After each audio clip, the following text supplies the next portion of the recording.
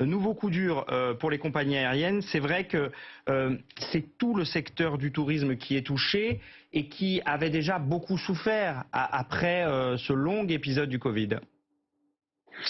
Effectivement, un secteur qui se remettait à peine de la grande crise du Covid.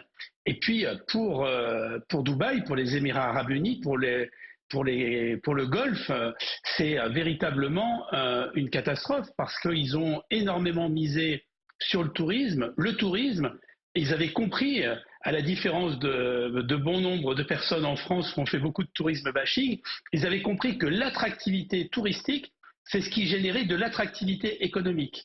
Et ils ont réussi en quelques années à devenir non seulement un hub du transport aérien. Il faut savoir que Dubaï, c'est le premier aéroport dans le monde pour l'accueil des passagers internationaux avec 95 millions de passagers.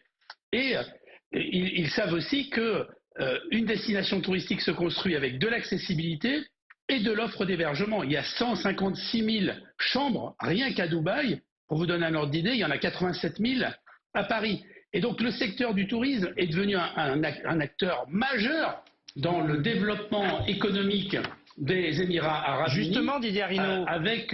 Justement, Didier Arrino, il y a un risque de perte de confiance sur ces destinations, non, aujourd'hui? Alors qu'on pensait que quand on allait en vacances à Abu Dhabi ou à Dubaï, on était en parfaite sécurité. C'était la Suisse, pour la sécurité des biens et des personnes, avec le soleil et puis le spectacle, l'amusement, une offre tout à fait diversifiée. Et c'est ce qui fait d'ailleurs que, pour vous donner un ordre d'idée, les seules recettes de Dubaï liées au tourisme international, c'est 40% de la totalité des recettes des clientèles étrangères en France, pour le seul Dubaï. Et si on prend l'ensemble de la zone, on est plutôt à 70-80%. Donc véritablement, ça faisait partie de leur soft power, de l'image de marque de ces destinations. Et là, bien évidemment, avec cette crise, ils risquent d'en prendre un coup. Et d'ailleurs, c'est pour cela qu'ils ont recadré les influenceurs en leur disant, écoutez, chez nous, vous pouvez être à Dubaï ou au Qatar, mais en revanche, vous n'avez pas le droit de critiquer la destination ni de dire qu'il y a des missiles parce que c'est trop important pour notre économie et pour notre image de marque. Donc véritablement, c'est un chamboulement, et ce chamboulement, il va être majeur à la fois pour ces destinations si la crise perdure, mais il y aura un impact économique sur l'ensemble du secteur touristique. Rappelons que la guerre du Golfe, ça avait été 20 milliards de dollars de pertes pour les compagnies aériennes. Et donc, augmentation des prix du fait des coûts supplémentaires du transport aérien, avec aujourd'hui des clientèles qui sont à la limite de pouvoir supporter ces augmentations des prix un peu partout dans le monde. Dans le tourisme, les prix ont augmenté de 30% en 4 ans. Et donc, les foyers qui partent en vacances consacrent un budget de plus en plus important aux vacances et aux loisirs. Et donc, il y a un risque effectivement de décrochage de ce secteur. Dans un premier temps, on aura certainement un report des Européens en Europe, mais ne nous l'aurons pas. À partir du moment où il y a une baisse du trafic international, ce sont aussi les clientèles à forte contribution qui risquent de manquer, y compris chez nous. Où est-ce qu'on peut partir en vacances prochainement? Bien chez nous déjà, en France, en Europe,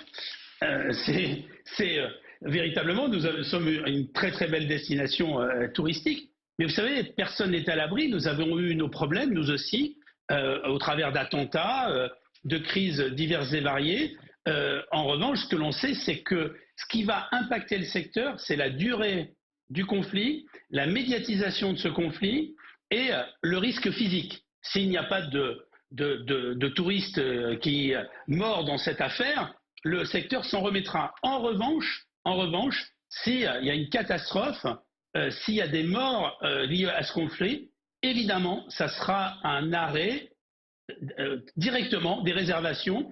Et c'est ce qu'on avait constaté pour la guerre du Golfe, mais aussi dans les différents événements.